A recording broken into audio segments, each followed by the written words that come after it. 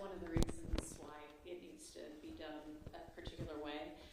So I don't have to find out when we have everybody here, but assuming no objection, you certainly may use your laptop.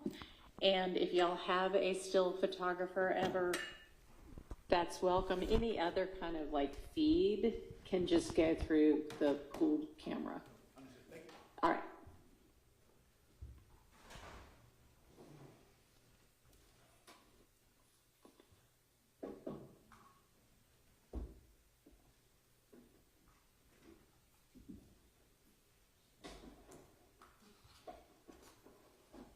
So we'll just wait till we get everybody before we get started.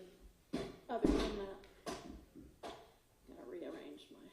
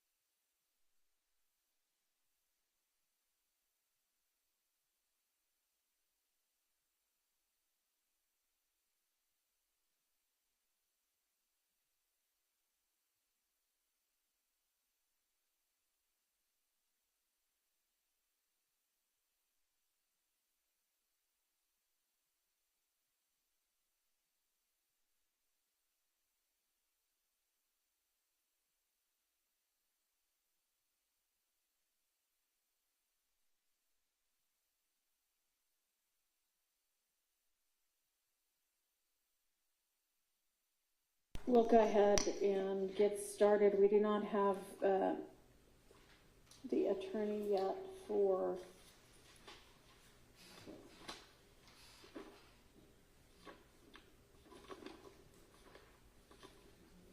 Mr. McMullen, but we have the counsel for everybody else, so we'll just go ahead and get started with the final pleas for those people.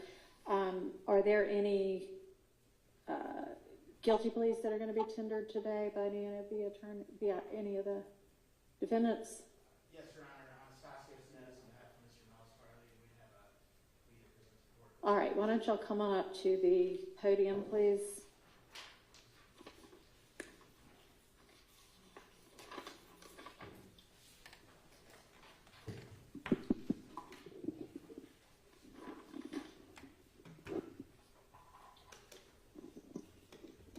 All right, Mr. Body, whenever you're ready.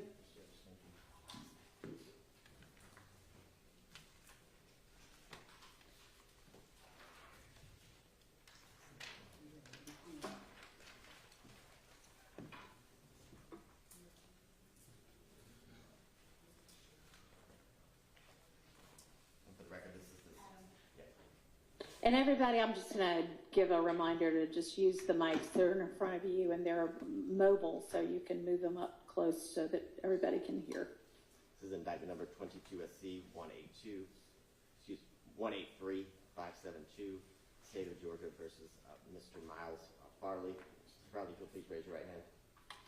You solemnly swear and affirm that the testimony about to give the matters pending before this court will be the truth, the whole truth, and nothing but the truth, sir?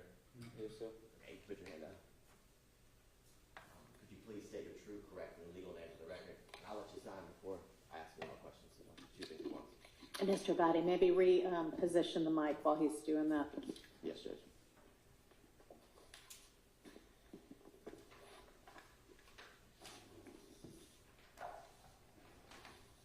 Ms. Farley, could you state your true, correct, and legal name for the record? Farley. And Mr. Farley, are you at this time taking or under the influence of any alcohol, drugs, or medicine? No.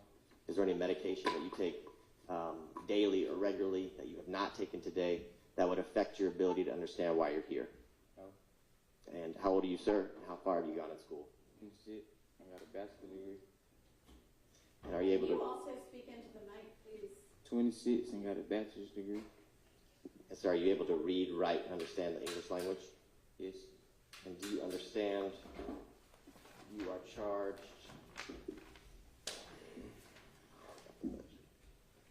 in indictment number 22 SC 183572 with count 1, conspiracy to violate RICO, count 49, which is related to the homicide of Mr. Drinks, counts 50 and 51, which are both participation in criminal street gang activity, and then count 54, which is a possession of a firearm and the commission of a felony. You understand you're currently charged or indicted with those counts? Yes. And do you understand that you have the right to plead either not guilty, guilty or not guilty to these charges? And if you pled not guilty or remain silent, you may receive a jury trial. Yes. And has your attorney, Mr. Menendez, gone over the rights that you're waiving by taking a guilty plea here today, sir? Yes. And are you satisfied with the services that your attorney has provided? Yes. And do you need any additional time to talk to your counsel about any of the facts and circumstances regarding the charges and the circumstances of this case? No. And Mr. Menendez, do you waive formal reading of the indictment? So waived. Do you waive any and all defects in the indictment, including any with respect to your client's name for the purposes of this hearing or plea? Yes, so waived. And Mr. Farley, has your attorney spoken to you about the minimum and maximum penalty for the counts that you're pleading guilty to? Yes. And he advised that for count 1, RICO, the minimum is 5 years, the maximum is 20 years? Yes. And do you have any questions as it relates to that count, the single count that you'll be pleading guilty to? No. And sir, do you understand that this is a negotiated plea of guilty, which means the state and your counsel will offer a joint recommendation to the court as to the sentencing recommended for the count that you're pleading guilty to, so the court does not have to follow that recommendation, and she can sentence you as she sees fit up to the maximum for the charge? Yes. Do you have any questions about that? No. Is he just pleading to count one and y'all are null processing the rest as a part of the agreement? That's correct, Your Honor. Okay. Now, do you understand?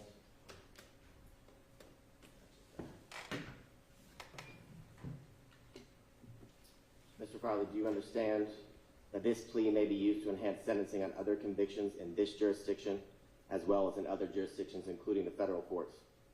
Yes. And do you also understand that if you are not a United States citizen, a guilty plea will affect your immigration status and will result in deportation, regardless of any advice given to you by your attorney or anyone else? Yes. Do you understand that you waive any and all defenses by entering a plea of guilty here today, sir? Yes. Do you also understand that by pleading guilty, you're giving up or waiving the following rights: the right to a trial by jury, the right to remain silent and to not incriminate yourself, the right to confront witnesses against you, the right to the assistance of counsel hired by you or court appointed if you are unable to afford an attorney for the trial of your case, the right to the presumption of innocence, the right to testify on your own behalf and to present other evidence, the right to subpoena witnesses and to compel the production of evidence, the right to have the charges proved against you beyond a reasonable doubt by the state of Georgia, and the right to appeal if convicted of these charges after trial. Do you understand by taking a guilty plea here today that you're waiving or giving up all of those rights? Yes. And Mr. Farley, has anyone forced, threatened, or promised you anything to get you to enter a guilty plea here today? No.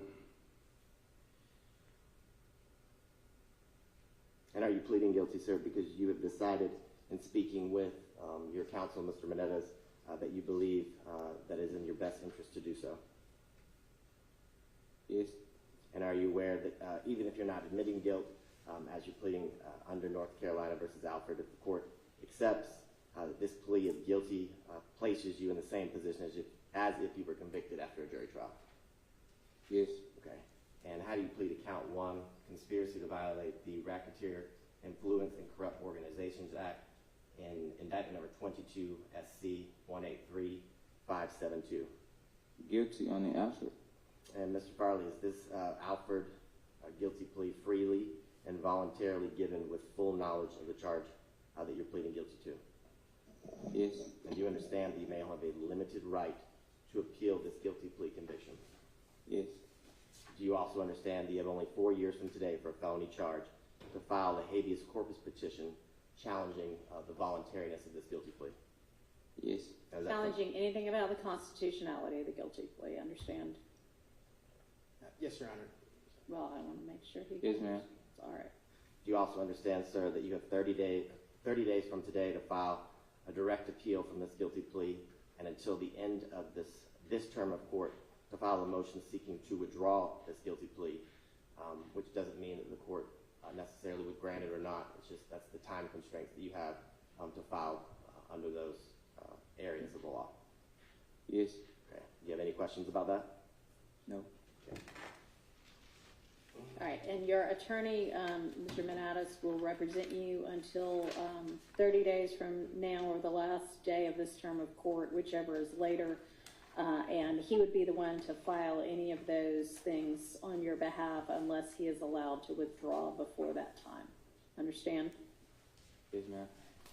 And just so the record's clear, I just provided to Ms. Persefield the indictment, which was signed by all parties as it relates to All right. the defendant's guilty plea to count Thank one, conspiracy to commit RICO. Your Honor, had this case proceeded to trial, the state would have shown beyond a reasonable doubt that between January 24th of 2013 and May 8th of 2022, this defendant, Mr. Farley, in conjunction with his fellow co-defendants, co-conspirators, known YSL associates, did unlawfully conspire to conduct and participate directly and indirectly in the enterprise YSL. In doing so, they did it through a pattern of racketeering activity, conducting and participating in YSL with the same common objectives, which were to preserve, protect, and enhance the reputation of the enterprise, that being YSL, doing so by protecting the power and territory of known YSL strongholder areas through acts of violence, also through other means such as social media, posting messages, images, and things of that nature.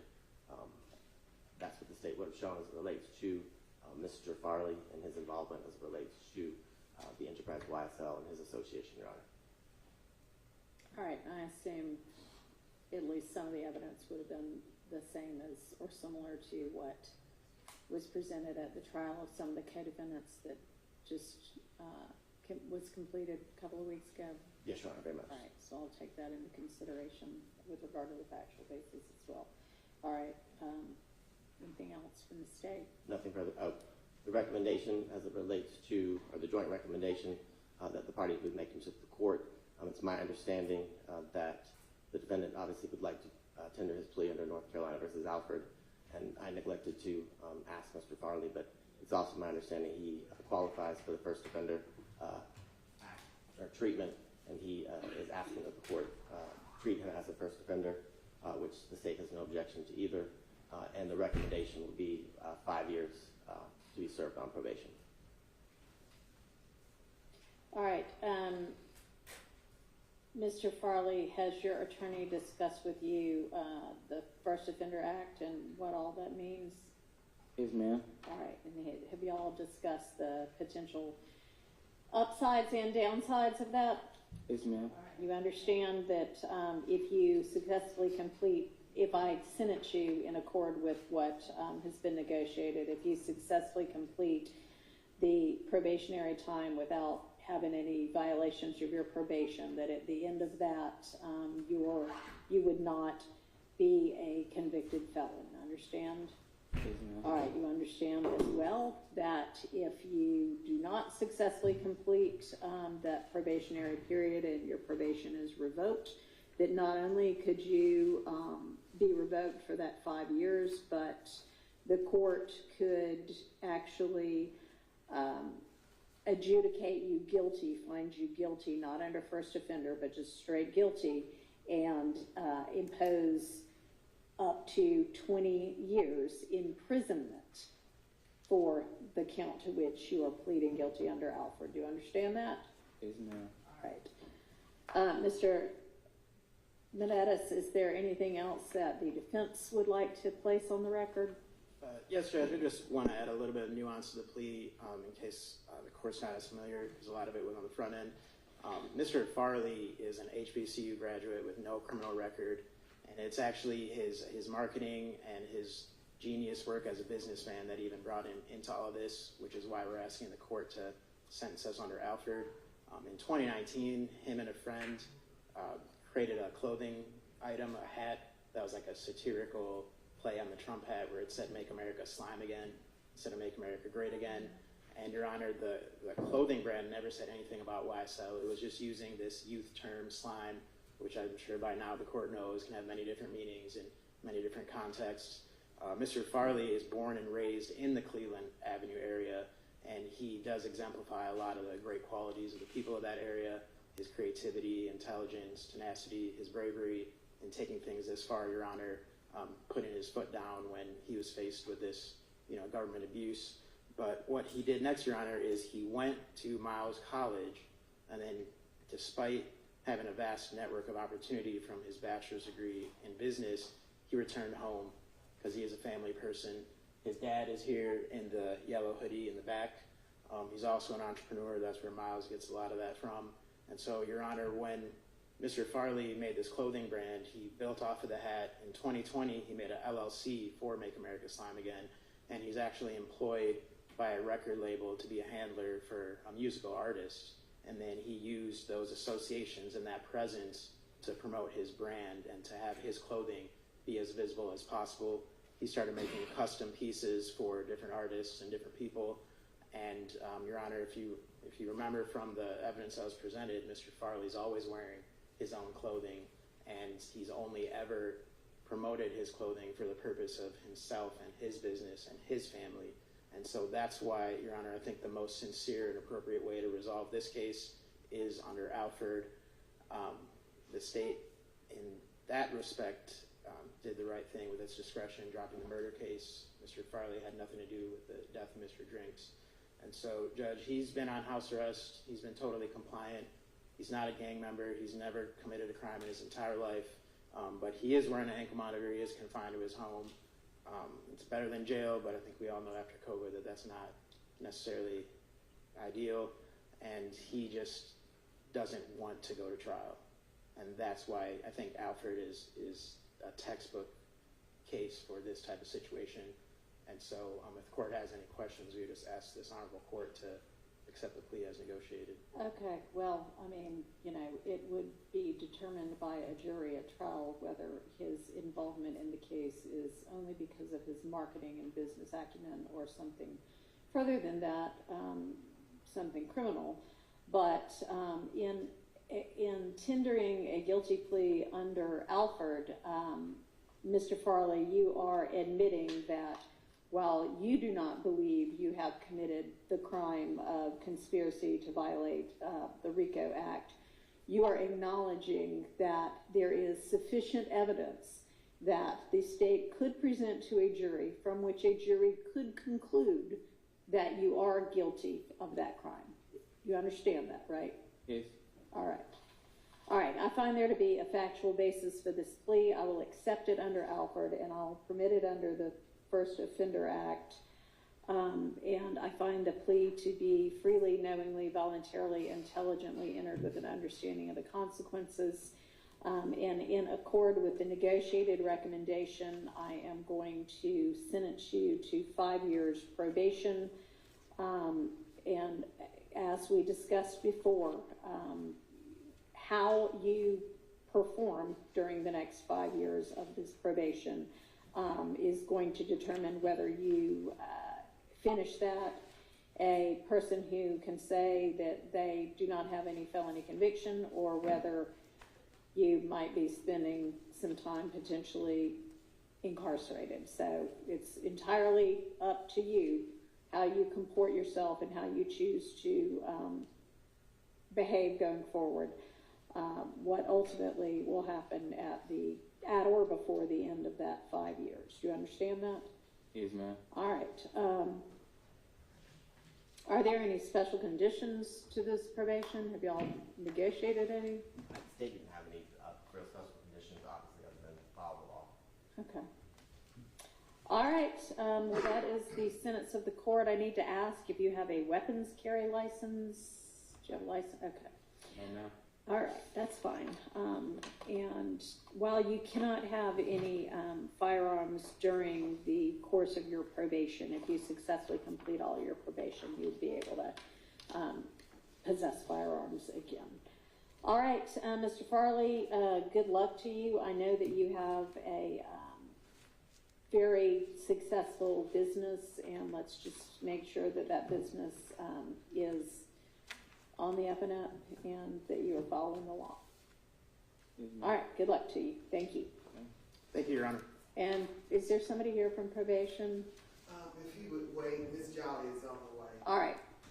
Mr. Menadas, wait until the probation officer, Ms. Jolly, can meet with y'all and get all of that taken care of. Yes, Your Honor. All right. Yeah, that'll be fine, and after you meet with her, then you are excused. Thank you. All right, are there any other guilty pleas that are going to be tendered today? All right, so what I would like to do is, and we can just start up here with Mr. Mender, and I'd like the state to put on the record what the plea offer is. And I want everybody, all of the 4 defendants, and Mr. McMullen, we just heard from your attorney, and he believes he will be here by 11:30. He's apparently in Gwinnett County on some other case right now, and we'll have to just sort of wait until he gets here to handle yours. But this applies to you as well for everybody.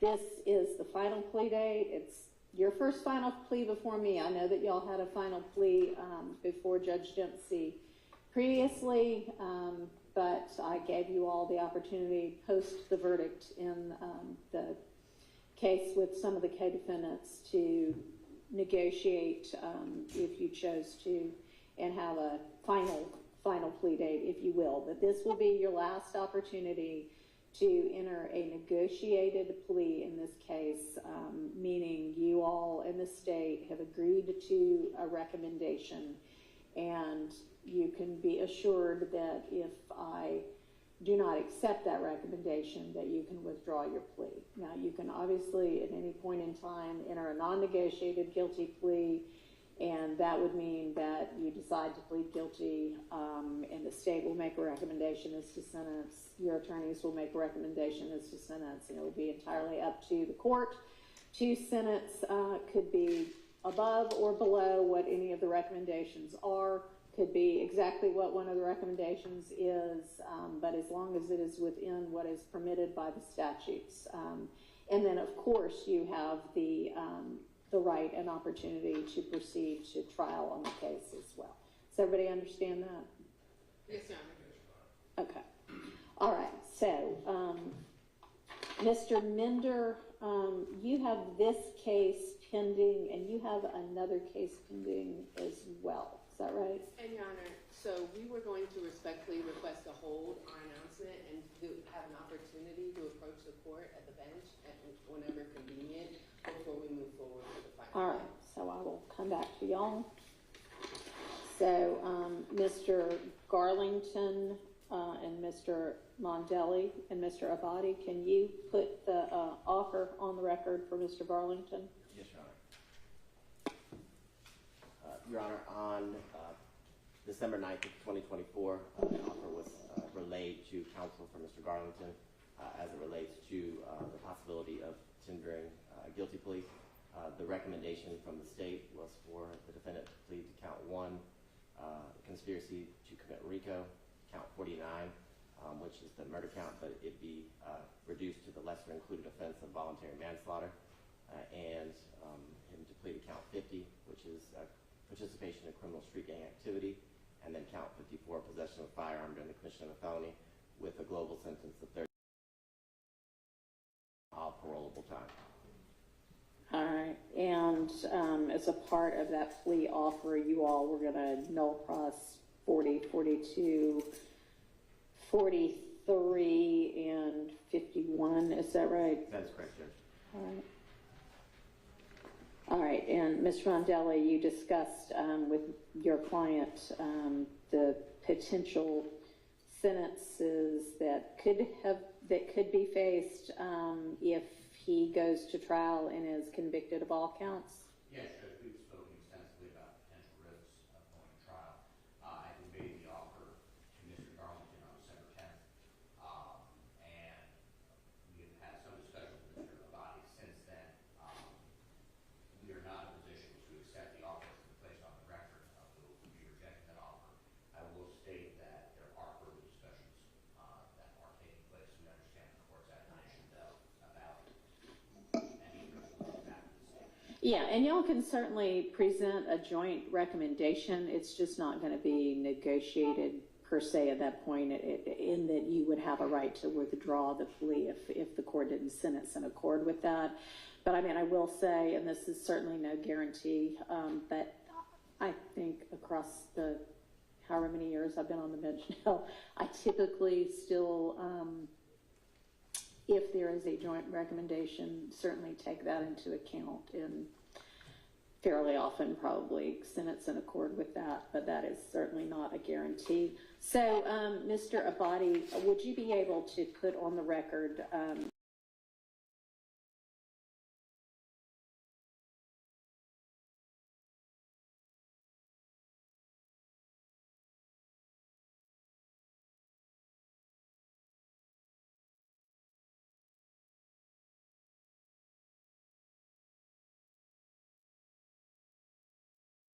Plus, you understand that, Mr.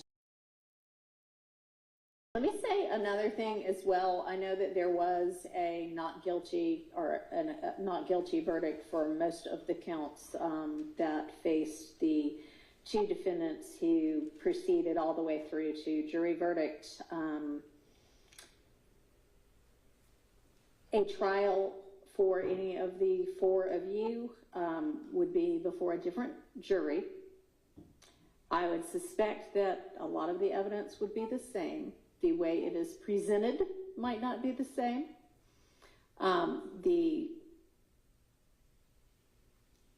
I don't know, state's sort of story theory, if you will, might or might not be the same. And the ultimate outcome might or might not be the same. And I'll tell you, and I'm sure that all of your attorneys have told y'all, that acquittals with a jury are a rarity. So just keep that in mind. It does not mean that the same thing would happen to you. Y'all, you know, we've got a different prosecutor at the table who I hope would stay through the trial of the case. And it just is probably going to look a lot different. There's also a different judge at the beginning. So just keep that in mind, but I understand that for now y'all will be rejecting that offer. All right, so we've got Mr. Eppinger, and I know Mr. Eppinger still has a motion pending.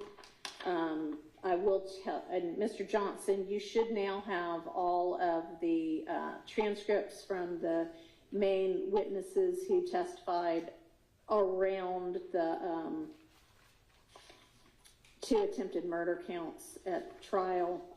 And if we are not having a plea today, I'm obviously we're not going to have that hearing today, but I would be interested in going ahead and getting that scheduled. And I will say that I have heard the testimony as it was presented at the last trial, and I have seen the videos. I don't know what might be presented at the immunity motion, but I'm fairly certain that those 2 videos would be presented again, and I'm already familiar with that, as are y'all, having had it in discovery for a long time now.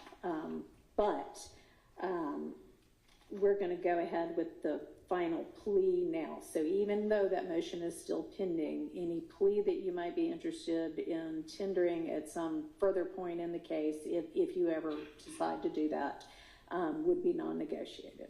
Just understood, Your Honor. Mr. Eppinger, you understand that as well? Okay.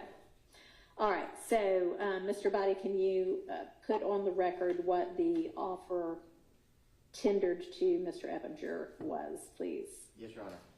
The state's offer as it relates to Mr. Ebringer was a global sentence of life imprisonment as it relates to the armed robbery and everything else to run concurrent on this indictment, but that sentence to run consecutive to the time he's currently serving in DOC custody, Your Honor. All right. Mr. Eppinger is facing a minimum of a life sentence and a maximum of 2 consecutive life sentences plus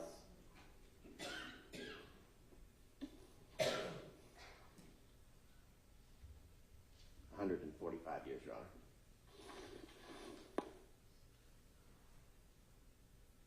And I don't, this is just my quick count, but Mr. Eppinger is facing approximately 15 different felony charges on this indictment. Is that right? That is correct, Your Honor. All right. And if he were to proceed to trial and be convicted of all counts, in addition to everything running consecutively so that it would be, I'm sorry, I think you said 2 life sentences plus 100 and how many? 165 years. 165 years. That time could also be run consecutively to the time that Mr. Eppinger is already serving on whatever he's convicted of already. So have you explained that, Mr. Johnson, to Mr. Eppinger? Yes, Your Honor. You understand that, Mr. Eppinger? Okay. All right. And was there something else you wanted to say? No, I just based on the circumstances, I came to the podium to Okay. make an announcement. But given the state's offer, Your Honor, at this time we would reject that offer based on our view and our view of the evidence in this particular case. All right. So yes, we would reject that matter and like to proceed to trial. All right. And once I get through everybody, or maybe everybody we can get through right now, I'll talk about trial dates. And I'll talk with y'all first about in the immunity hearing date as well. All right. Thank you. Your Honor, I believe that motion can be held as close to trial as possible. Well, I mean, it could be, but I'm not interested in doing that. I'm interested in getting that taken care of as soon as possible. Thank you, Your Honor. All right. Not December, though. Not that soon. Okay. So, have we covered everybody other than Mr. Mender at this point? Yes. All right. So, let's talk about then the number of witnesses. I would think maybe about 4 or so for the immunity motion. Statement of no witnesses. None? Okay.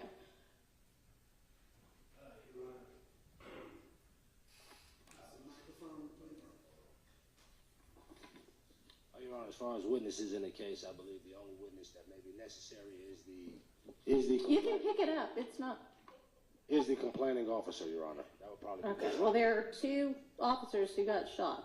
Well, actually, there's only one who got shot. There's another Well, one who got shot at and one who got shot. You're right. I stand corrected on that. So your motion is just with regard to the one who got shot? no, Your Honor. I didn't think so. No, it is related Okay. to both, but the other witness is not necessarily important for the Okay. motion. All right. So that should be able to be taken care of in what, 4 hours at most? I would imagine no more than an hour. I mean, I'd think 2, but half a day at most, right? I don't even think it'll take that long, Your Honor. Okay. All right. So let's go ahead and get that scheduled then. I guess I would have my inquiry with the court and counsel would be, it's the burden of the defendant to show that he's acting in self-defense.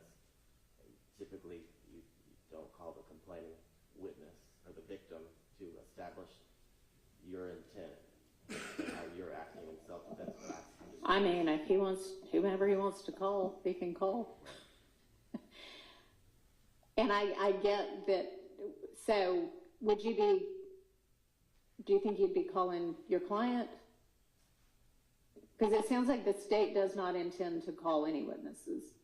Understood, Your Honor. It may be a situation where I may call my client after discussion with him, and it may be a situation where we may the calling of the witnesses is just necessary for the introduction of the video, and we can make arguments based on that, Your Honor. Okay. So let's look at sometime the week of January 13th. It's fine with the state. If it's just the video, the state would stipulate to the video coming in, Your Honor, making a Okay. finding. All right. Did you? I don't know if you heard that, Mr. Johnson. If it's just the video, then the state would stipulate to it coming in. I think there were. January 13th will be fine, Your Honor. All right. Let's do 10 a.m. January 13th.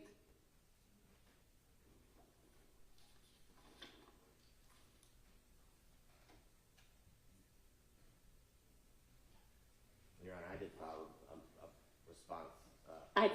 Yes, I saw that. Thank you. I appreciate that. All right. And then with regard to the trial, we're at this point looking at potentially 4 defendants for this trial. Does the state have, the last time I asked, we still were facing 11 defendants. So do y'all have a revised estimate as to the time it would take to present the state's case? I think it would be less than 90 days, but in an abundance of caution, instead of overpromising, I would say at the most 90 days. All right. And when you say 90 days, you mean from the time we start presenting evidence till the time the state rests would be 3 months' time, not 90 days of trial time, right? Okay. Just making sure. All right. And then obviously the defense would evaluate the state's case before determining whether they wish to present evidence. But any general idea what anybody thinks might get added on? On behalf of Mr. Mender, if Mr. Mender was to go to trial, we would want 1 witness, and it would be, we would need a production. Okay. Judge, I don't anticipate any witnesses. Mr. Johnson, and I'm not holding you to it now, I'm just trying to get kind of an estimate. Your Honor, based on our view of the evidence. I need you to pick up that mic, I can't hear you. Based on our view of the evidence, Your Honor, I do not believe that we'll have any witnesses for Mr. Eppinger. Okay, and obviously that's assuming that it proceeds past the immunity motion. All right, and then I'll hear from Mr. Dark. But okay, so we're talking about probably still roughly 3 months. So 3 months is probably an overestimate on the state's case. Okay, so in terms of picking the jury, do y'all want to do jury questionnaires, or do you just want to have people in and do it all live? Judge, I guess the question is how many jurors you anticipate calling in? So, I mean, if this were a typical case, I wouldn't call more than 72, but. My experience is that they are more comfortable being honest and letting their thoughts come out in the questionnaire. In the questionnaire. Hang, excuse me.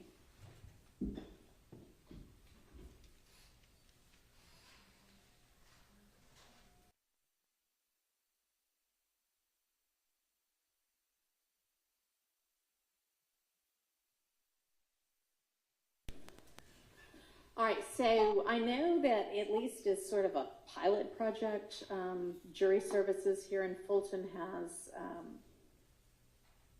some, I don't know, tablet type things that jurors can answer the questionnaire electronically, but I think they basically like come in but just sit and answer the questionnaire, and then we have them back another day for follow-up. So we could do something like that if everybody's amenable to that.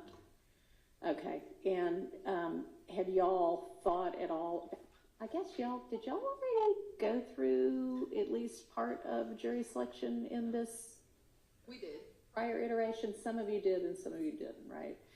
All right, so, I mean, I would need to know what type questions y'all want. So can y'all by, let's say, January 20th, have the potential questions that you all want asked? And I think the previous questionnaire was sufficient, but it was redundant. Well, we don't want redundancy. I'm not a fan. Well, redundancy every once in a while is a good idea, but I want to be efficient.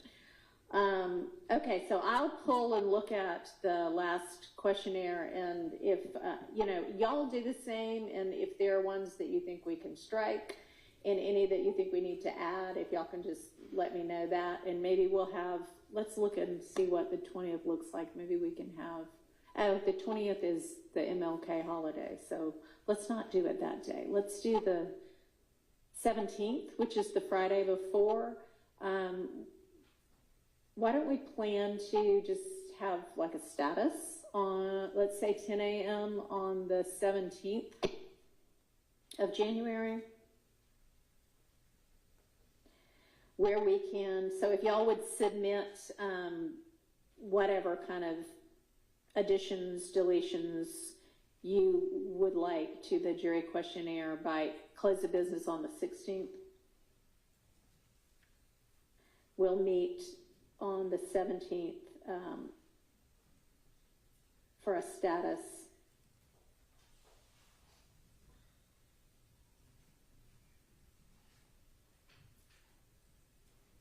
And Judge, is that everyone in this courtroom on the 17th? everyone who is still wanting to proceed to trial at that point in time. And in addition, Mr. Dark.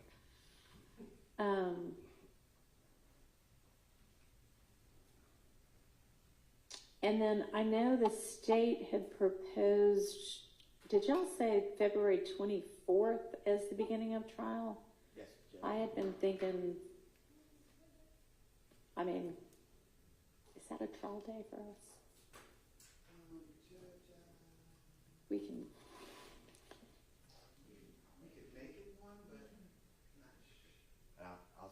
Mr. Dark's place. He had sent an email after I had filed my motion. Apparently he may have leave filed on that day. I can't. Let's find out whether he does. Because if it's not filed in this case, it doesn't have to go to.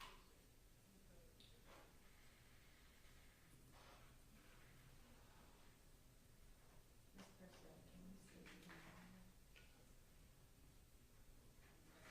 Anybody else have any kind of, sorry. Anybody else have any kind of an already filed conflict with beginning trial that day? Judge, I don't see anything. I don't see a file leave. Okay.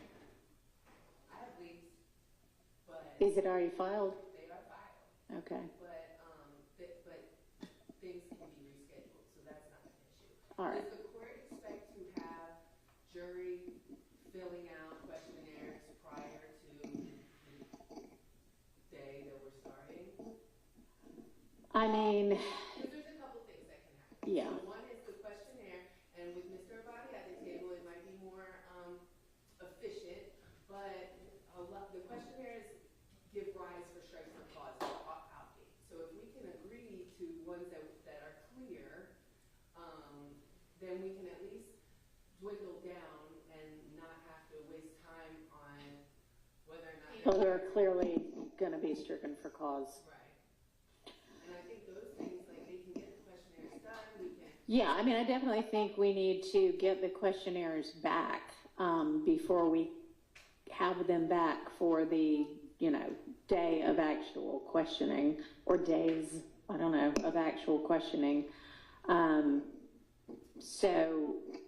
Reading of the indictment is a day of us sitting there all, or was a day, multiple days. Let's see what we can. I mean, it may be that the state's not intending to go forward with however many overt acts it was before, 213 or That's something. likely. They may winnow down the indictment. Could you have that done before the 16th as well, or by close of business on the 16th? Okay. And I was going to say there's no reason to read the substantive counts that are against defendants other than these four or whomever it ends up being. But they may be overt acts anyway, but we wouldn't need to read the counts, even if they were included as overt acts. So, it would be a redacted indictment that we read. Yes, sir. But yeah, we'll talk in more detail on the on the 17th about that, what date we're going to have jurors in, how many jurors think we need to call, things like that. Okay. And then I know there are no, other than the immunity motion, no outstanding motions, but are there going to be motions in limine, evidentiary kind of things that have not already been resolved? I need y'all to think about that and get all of those filed by January 16th as well. Okay.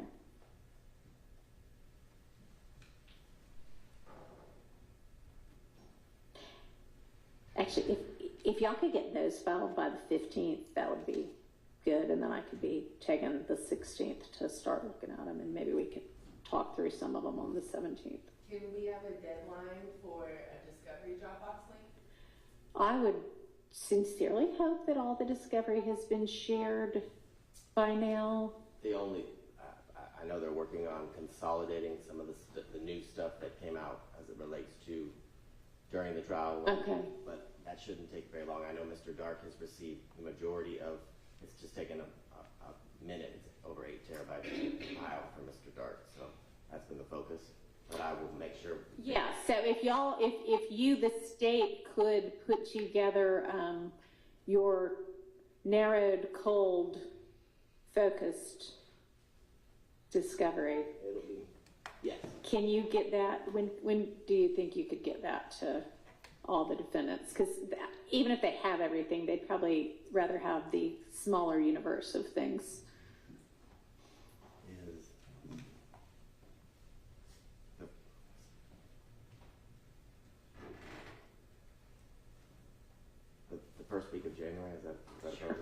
Yeah, that works. All right, so that would be, gotta find my calendar again. January 3rd. If I close the business January 3rd.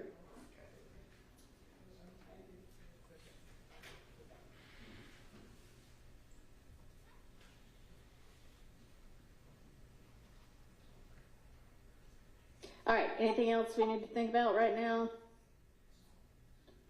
All right, everybody else, I'm going to go ahead and release Mr. Abadi. Obviously, you'll need to stick around, and we had an anticipated 11:30 arrival time for Mr. Dark, so we'll hold on to Mr. McMullen as well, and then once we have Mr. Dark, we'll reconvene for his final plea and to discuss with him the deadlines we've set.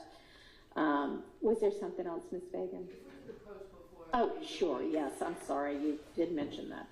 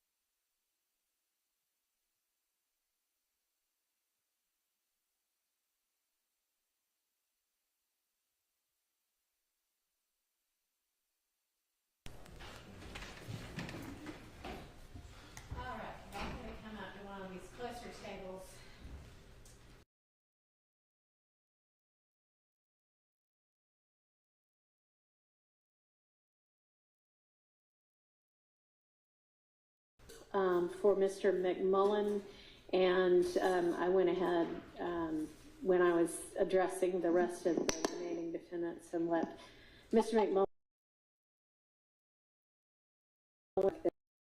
is the last opportunity.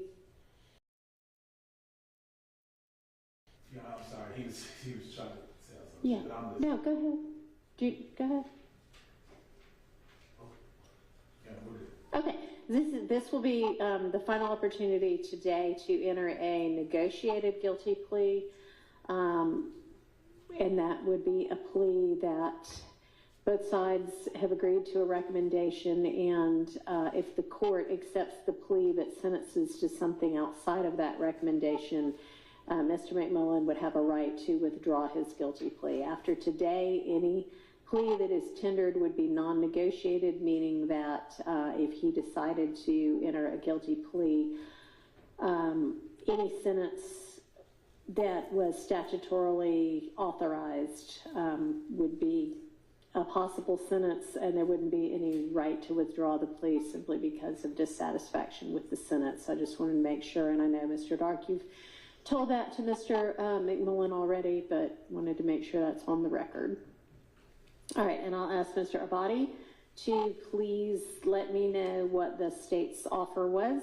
Yes, Your Honor. On the 8th of December this year, the state sent an email to counsel for the defendant where the state agreed, or the state's offer was the defendant plead to count 1, conspiracy to commit RICO, and then count 2, but the lesser included offense of murder, voluntary manslaughter, with a sentence of 20 years to serve, all of that time being parolable or parole eligible.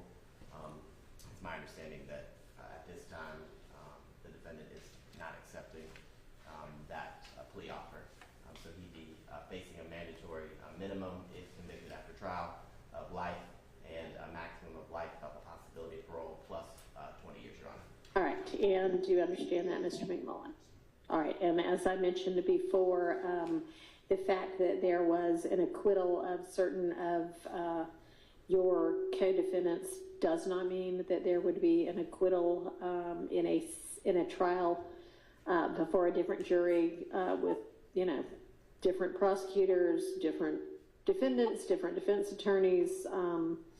So it's a chance that you are taking, and you obviously have the right to proceed to trial. You also have the right to enter a non-negotiated guilty plea, although you could only enter a non-negotiated guilty plea to the charges that are in the indictment. I, as the judge, don't have any authority to reduce charges. So what I mean by that is, unless the state agreed to permit you to plead to voluntary manslaughter instead of murder, the only pleas I could accept would be to the murder and the conspiracy to violate RICO. So it's the prosecution's sort of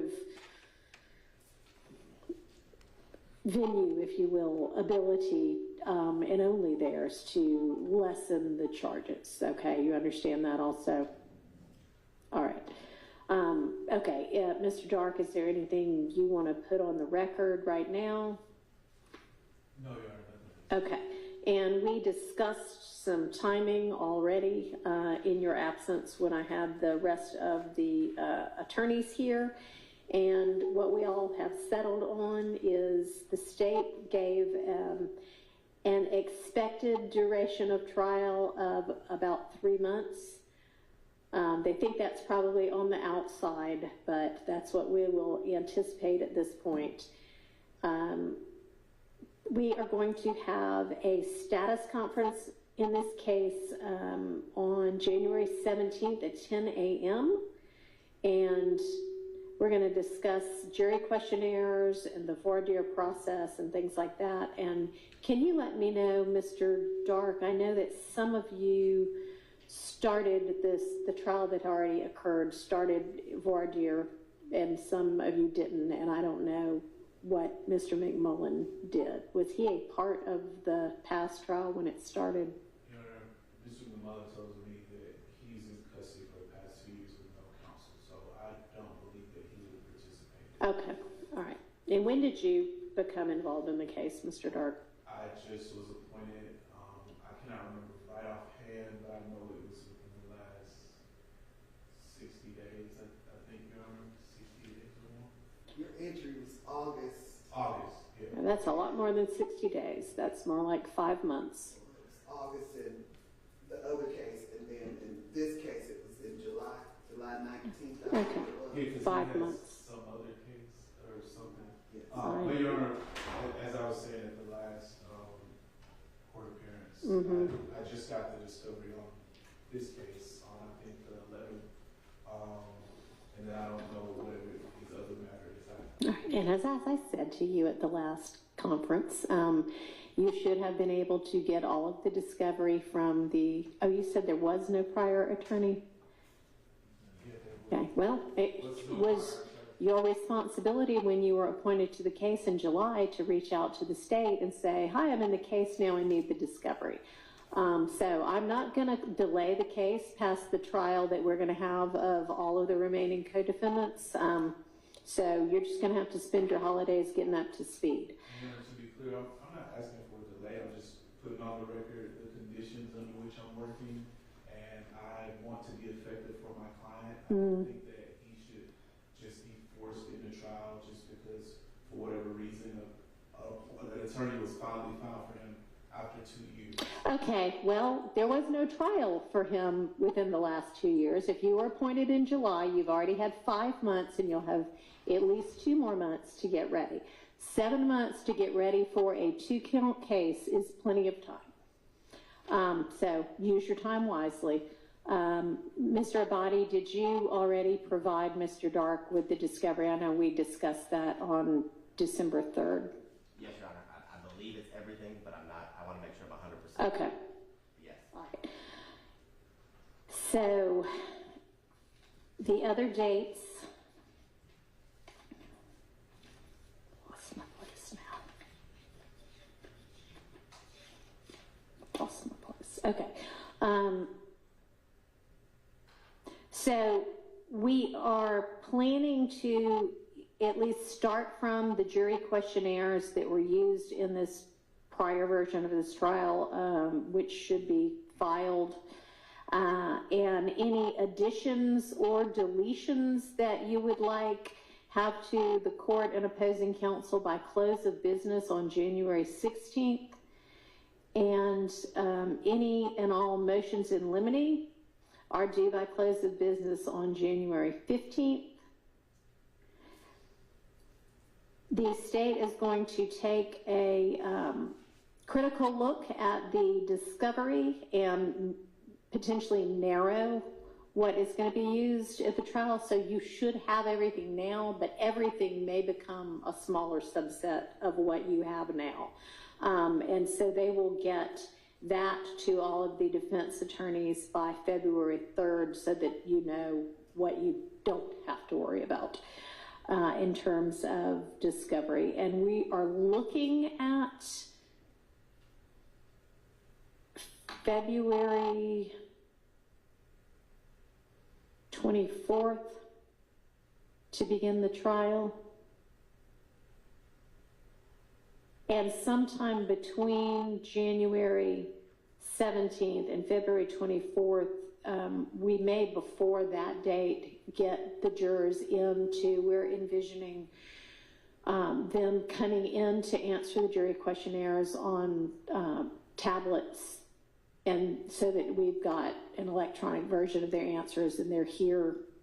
I mean, they may be here, they may be up in jury in the, I don't know if they'll be in the courtroom or not, but somewhere in the courthouse to answer the questionnaires, then get those to everybody, and then have them back to do actual jury questioning and jury selection. So we'll talk about the ins and outs of all of that on our January 17th conference. All right.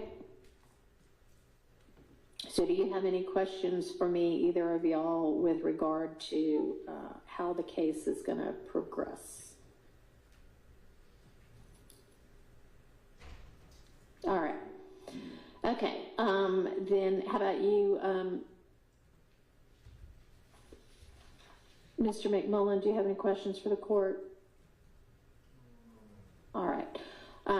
Are you going to want a few minutes to talk with your client after this, or did you have enough time beforehand? I wanted to follow up because he had a question when we started. All right. Okay. All right.